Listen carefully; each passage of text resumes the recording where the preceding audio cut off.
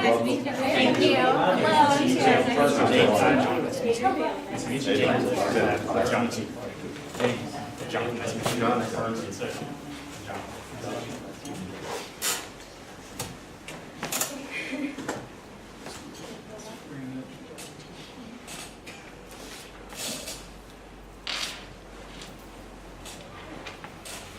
You all ready? We're ready. Good. We are ready. Great. Across the United States, the trucking and intermodal industry have been relentlessly competing for market share. Atlantic and Western Railroad is no different. In order to increase their profit and foothold in the market between Plainview and Canyon City, we, the Georgia Southern Consulting Team, have been asked to aid in achieving this goal.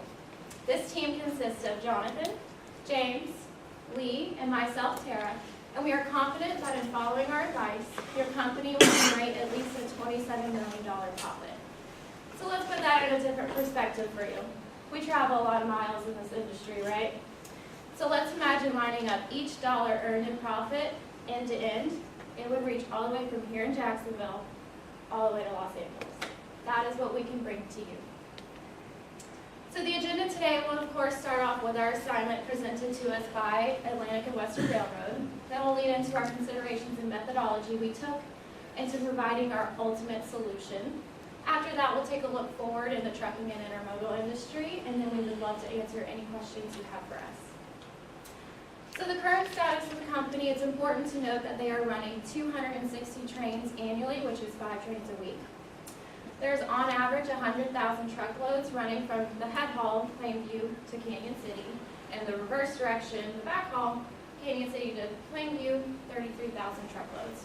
Also, there's a recent mining venture in Canyon City, which leaves A&W with an opportunity to transport vibranium on that back haul.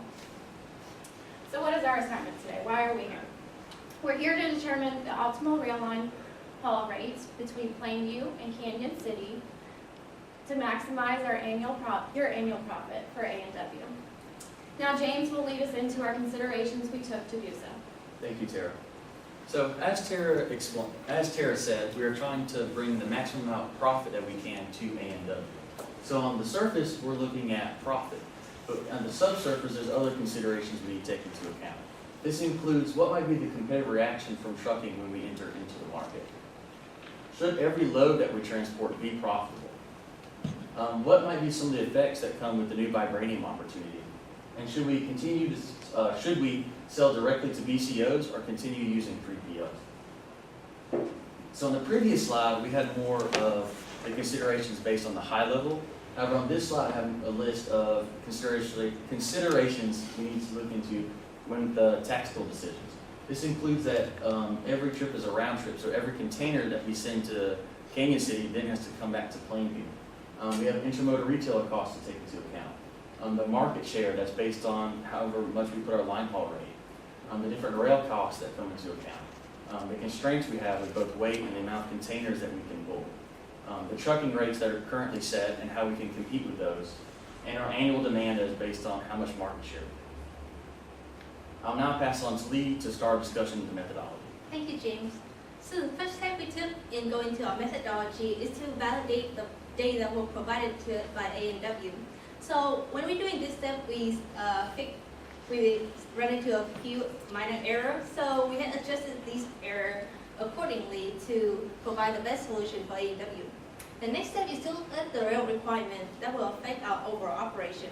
So some of the requirements include the rail distance, the capacity of a double stack car and the weight of a double stack car, the weight of an empty container, and the weight of an average weight of a loaded container. And finally is the maximum trailing tonnage limit, which will affect on how many locomotives we'll be using. Next thing to look at is the rail cost that will affect our overall profit. The rail costs include our train start cost, the additional locomotive cost, the cost to lease and maintenance for our double stack cars, and finally is the terminal cost, which is affected by how many containers we are using. So next thing we want to look at is how variable will affect our profit. So the most important variable for A&W right now is the price. The price will then affect how much of the market share A&W can capture, which affect what is the annual demand for A&W. The demand will affect the revenue and the expenses into this operation, and finally, these two variables will affect our final profit. So we look into a detailed profit function, which affected by revenue and the cost. The revenue will be the sum of the revenue generated from the head haul and the back haul. A variable important to find our revenue is the quantity, which is found using this demand function. This demand function is showing the relationship between the saving according to truck rate and the market share gained by that saving, which is an initial 5% saving will gain A&W an initial 2% of the market share, and each additional 1% saving will generate an additional 2% of the market share. Next thing we want to look at is the cost to run one way for A&W. So this cost consists of a fixed train start cost. This is a fixed cost for us because we'll always be traveling a distance of 843 miles. Next thing is the additional locomotive cost. This cost will only occur when we exceed the 2,900 tons limit. Next thing we have is the trailing ton mile cost. I just want to point out that most of our costs over here will be affected by how much of the market we pick up on the head haul, but the trailing ton mile cost will be only that will change because it's dependent on how many load we're actually carrying on the back haul. Then we have the lease and maintenance costs, and finally is our terminal cost.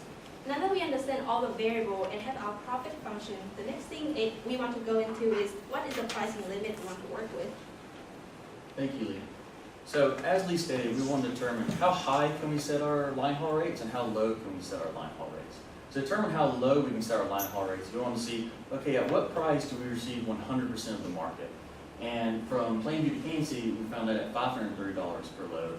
And from Kansas City to Plainview, we found that at $10 per load. For the highest line haul rate, we want to determine what price can we set before we reach into the negatives with our profit. We found from Plainview to Kansas City, that was at $1,250 per load. And from Kansas City to Plainview, $530 per load. So on this slide, we have a graphical representation of that. This is from Plainview to Kansas City. This blue area represents how much demand that we receive based on an increase in line haul rate. And as you can see, as that increases, our demand slowly decreases.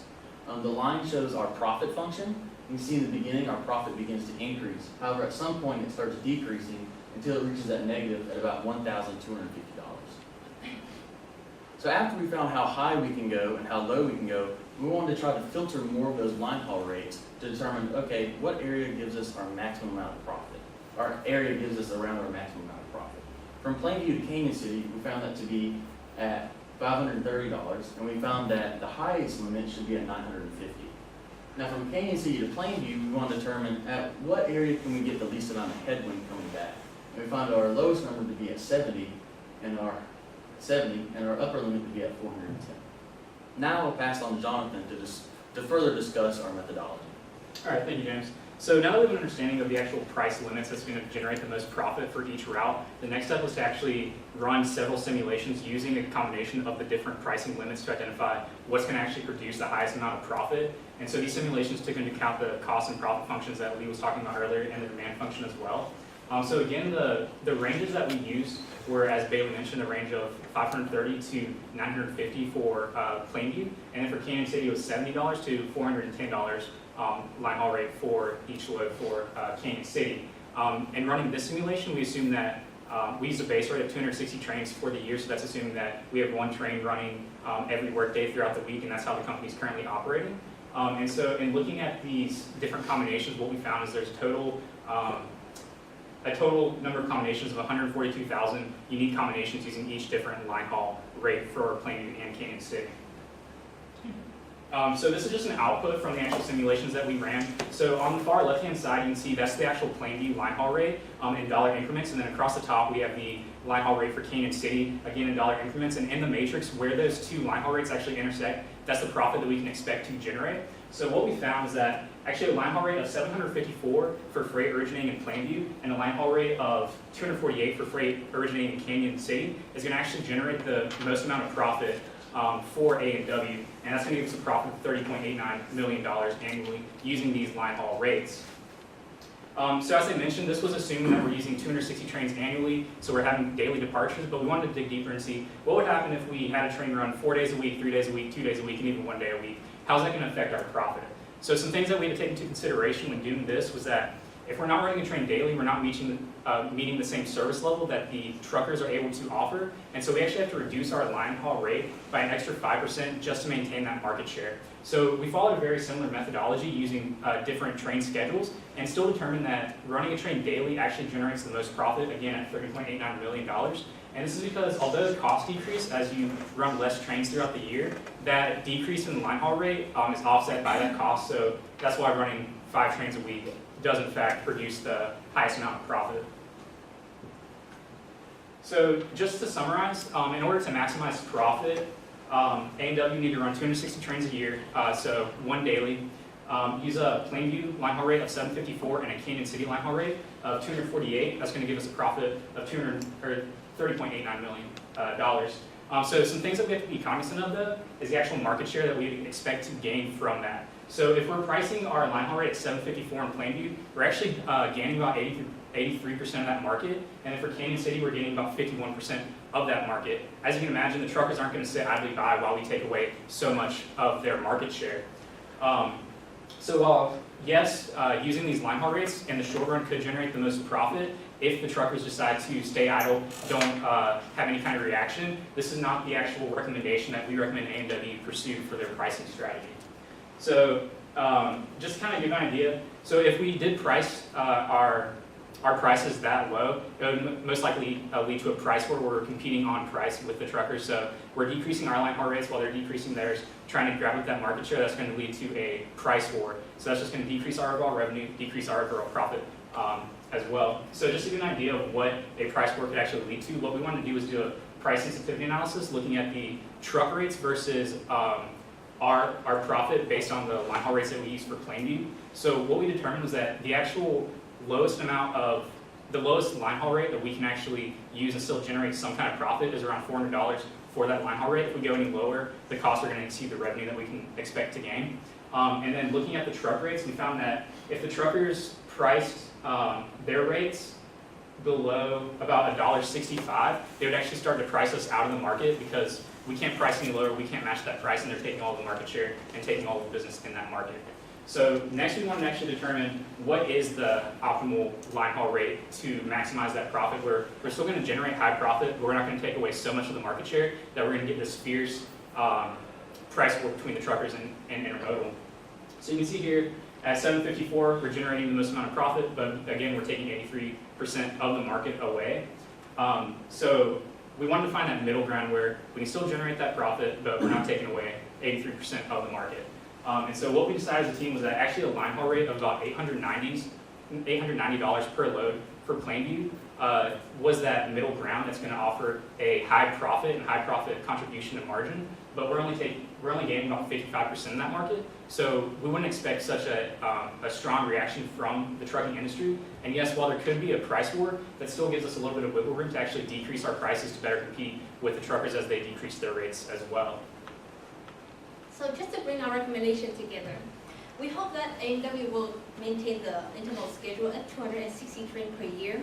From Plainview to Canyon City, A&W should charge a line haul rate of $890, which will gain you around 55.4 thousand loads, yielding a 55% in the market share. This will give A&W a load contribution of $625.82. And from Canyon City to Plainview, A&W should charge a line haul rate of around $248. This will give you guys around 16.9 thousand loads per year, yielding a 51% of the market share. However, the load contribution will be a negative $447.9. As you can see, at our optimal point where we cut down the cost we're still not able to make a profit on the backhaul. This is why we think that A&W should not have a requirement that every load should be profitable. So over here, we have the profit and loss statement for annually using the 2 line haul rate that we recommended. So using these 2 line haul rates, for the revenue, we can generate around $53.5 million. The cost occur will be around $26.6 million. Our overall profit for this operation will be around $26.9 million. So now we want to discuss the vibranium opportunity that has just recently come into play. This occurred because of a new mining operation that is occurring outside of Canyon City. We believe it is beneficial for A&W to try to win this bid as best as they can. So to do this, we want to determine what line haul rate can we set to not only win the bid to not only win the bid, but also to increase our profit as much as we can. So to do that, we used the same methodology we did before with the profit function, and we found that at this point, we could receive a maximum profit overall of $28.4 million, which is at a line haul rate of $232. This again is the line haul rate only for the vibranium. So on this slide, we have a comparison between the two profit and loss statements that come with and without vibranium. So without vibranium, we see we have a net operating income of $26.9 million. However, with the vibranium bid, we have a net operating income of $28.4 million. This is about a $1.5 million increase. So again, to reiterate, we believe that it is optimal for A&W to win this bid. In order to do that, we believe you should set the price for the vibranium at $232 per load, which would increase your profit $28.4 million, which is a 6% increase compared to without. So now that we've given our optimal solution for your company, we're going to take a look forward into the industry today and in the future.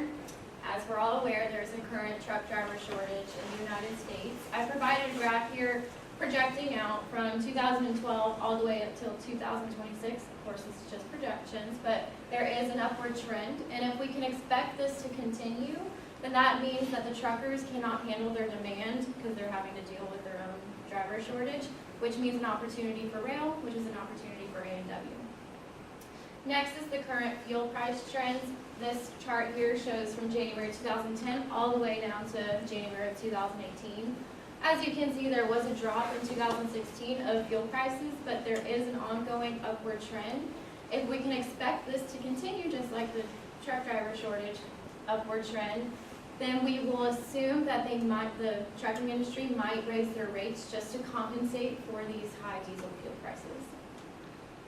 So now one of our underlying questions was whether or not we should disintermediate our 3PL and sell directly to our BCO. Due to our analysis, we found that the benefits do outweigh the drawbacks of this.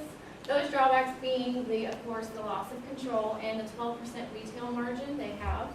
But as you can see, the benefits are their industry expertise, their customer relations, and their current resource network. With this being said, it's important to note that it's not embedded in A&W's core competency to directly sell to the BCOs, and if they do choose to do this in the future, they would have to vertically integrate this into their strategy. So now that we've given you all this information, we're going to throw it all together into our conclusion.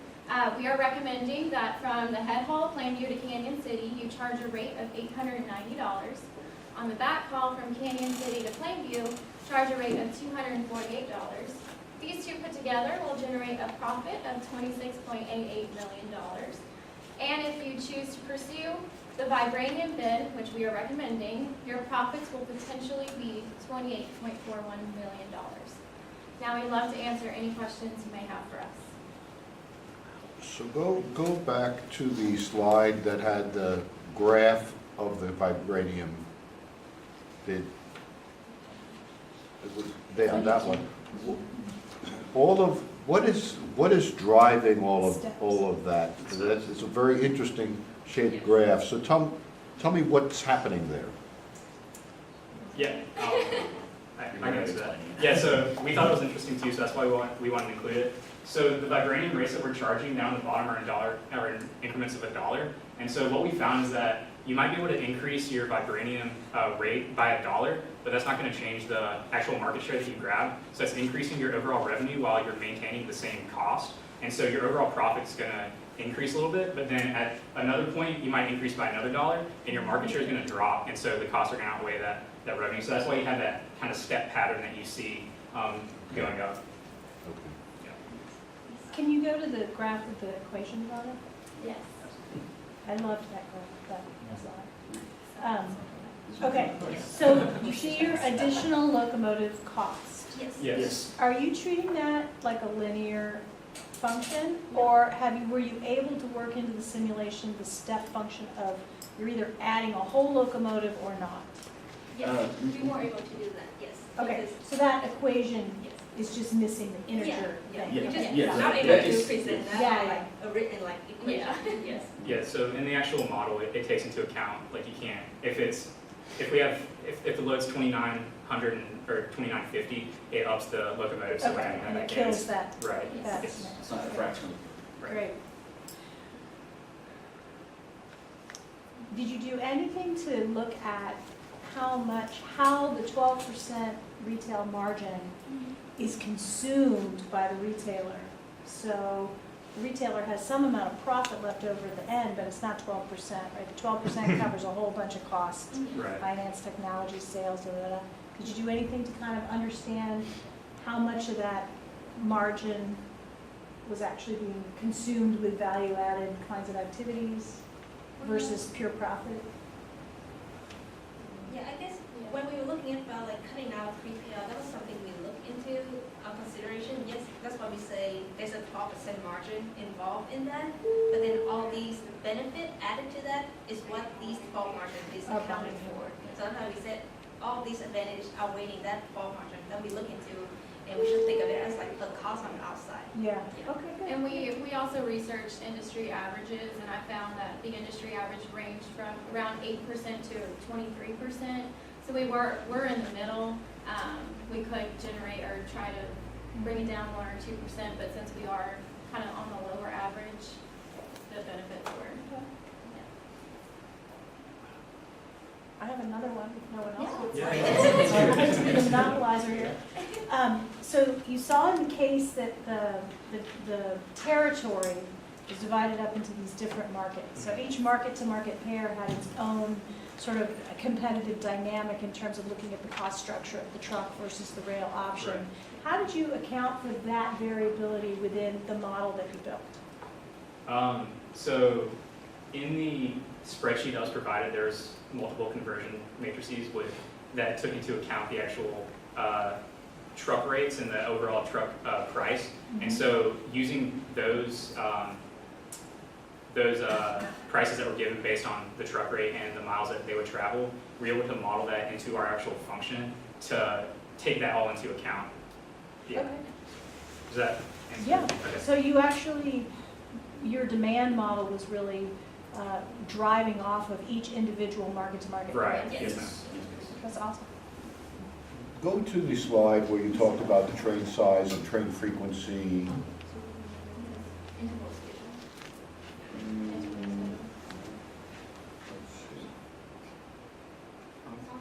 Next one.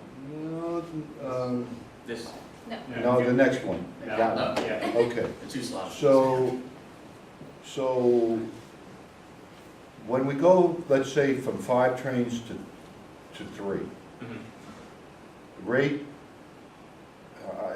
walk me through this calculation, please. Okay. I can. Okay, yeah. So what we did was we used, again, the data tables and such, and we said, using the spreadsheet, we put in the number of trains and determined that our higher, the best rates to get our maximum amount of profit for each one, plug in different trains per year. So we put 260, 208, and this is the answers that came out. Something we did notice that was kind of interesting was for 3 and 2 and 1, it gave out the same rate for P to CC, CC to P, which was interesting, so our revenue stayed the same, however, the costs differentiated there. Yeah, I'm just a little bit curious because, you know, your volume, your rates, your rate is lower, I assume, because you're saying, okay, 5%, I need a 5% reduction in order to compensate. You know, I would just make the comment that in reality, 5% might work if you go to 3 days a week, but to assume that it would also work at 1, you know, Right. is probably not valid, but it doesn't, set that aside for a minute. I am curious, though, that the cost, you've got a significant reduction in the number of trains. The train size has got to be going up pretty dramatically, right? But the cost doesn't seem to be moving that much, so I'm a little curious as to what's happening in there.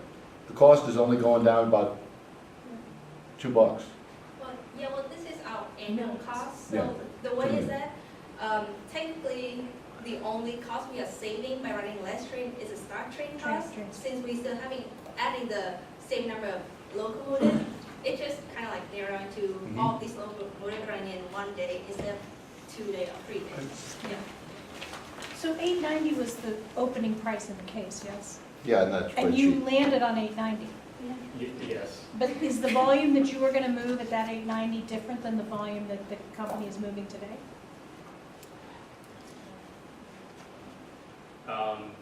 No, I don't believe so, but so like whenever we ran the simulation, we saw that the highest profit that we can manage to get, or the lowest, the optimal price, excuse me, was the 754.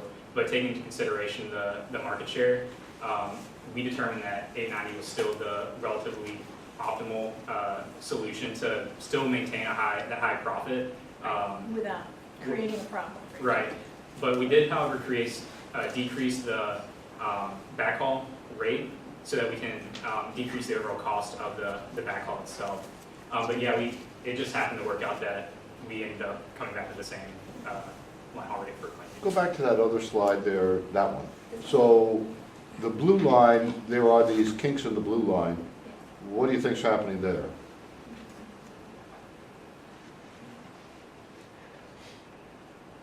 That is your profit. Mhm. I'm trying to understand what's happening there. You see those two kind of jump ups? Mhm. And what, you have fixed it at 890. There's, right there's, a pretty big change in the course of just $10. And I'm wondering what's happening there. We assume that at that point is when we have to add, for example, like an additional locomotive. So that's why, Oh, okay. at So that you're- point, it's like when after we kind of like fill up the additional locomotive, so that is when our cost is covered by the revenue we generate by adding those extra loads. So that's when we have a jump in our profit. So this, I guess I would paraphrase this, that at 890, you filled it up and you're just about ready to add another locomotive and you caught it off there because you don't want it. Okay, I'm with you. Yes. Any other questions?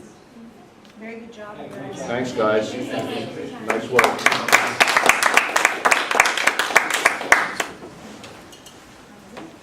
All right, y'all have a great day. Thank you. Thank you.